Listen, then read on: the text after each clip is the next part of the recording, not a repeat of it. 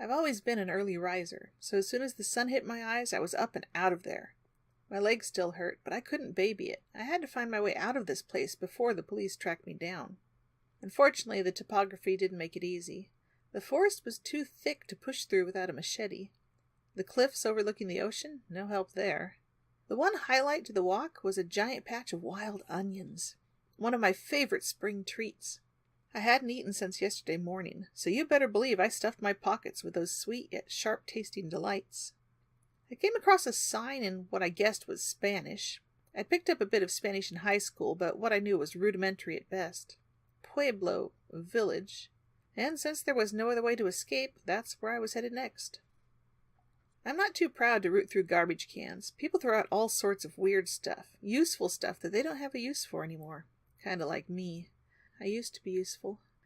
It's been a long time since I've been useful to anybody, even myself. When I hit the beach, my first thought was to look for a boat, if nothing else. But I got waylaid by a guy who'd clearly spent too much time at sea. He seemed nice enough, though I only picked up one word in 10. Sea salad? Good fish? A new kanya, whatever that was, and my old kanya. Then he gave me his fishing pole, so I worked out the word kanya at least. Good waters, something being open, if you need anything. At the end of the conversation, we stood in companionable silence for a while. He was tapping his foot, and I was letting myself be calmed by the sound of the sea. And now I had a fishing pole. I really hoped it wouldn't get to the point where I was fishing for my supper. The other guy I met on the beach seemed just artistic and full of life. It seemed more suspicious to avoid him than to talk with him, but I wasn't sure if I should let very many people see me here. Pretty soon they'd be questioning where I came from, and since I couldn't even speak the language, how was I going to explain what was going on? Or rather, make up a convincing story? The rest of the town's border was cliffs and weird machinery. I could see that I wasn't going to get anywhere in that direction. The guy who'd been at the campfire last night was still there. He looked homeless, and I guess that drew me to him. In the absence of spoken communication, I decided to give him a treat. I'd picked up a wild horseradish earlier, another sharp flavor that I liked, and from his expression he seemed to appreciate it too. Well, I'd made a full circuit around the town, and I was back where I started and thoroughly hemmed in. What was I to do? Maybe the news would have information about the robbery. But no, barely even local news. And of course it was going to rain tomorrow, why wouldn't it? The only other channel had a gal calling upon the spirits or something, and the only words I picked up were neutral and the day is in your hands, which made me shudder. I'd already screwed up so much of my life. How could I make things worse?